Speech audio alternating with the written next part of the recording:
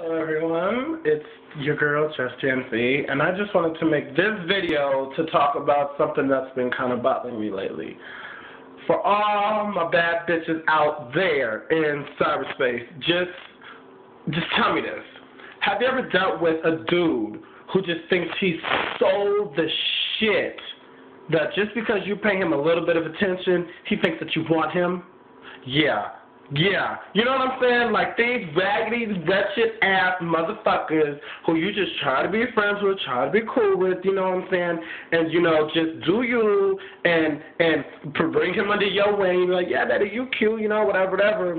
But then they automatically assume that you want them, and then they have the audacity to try and find a way to let you down easily. Are you kidding me? Do you not? Look at yourself in the mirror. Look at yourself in the mirror and do a spin and be like, nigga, please, okay? If I wanted you, I would say, yo, baby, come do this. Come hit this. Come do the jewels like I would say, you know what I'm saying?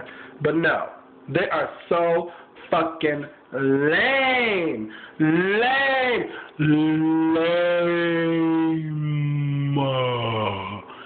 I'm so sick of that. So if you feel the same way, hit me back. Tell me what you feel, how you feel.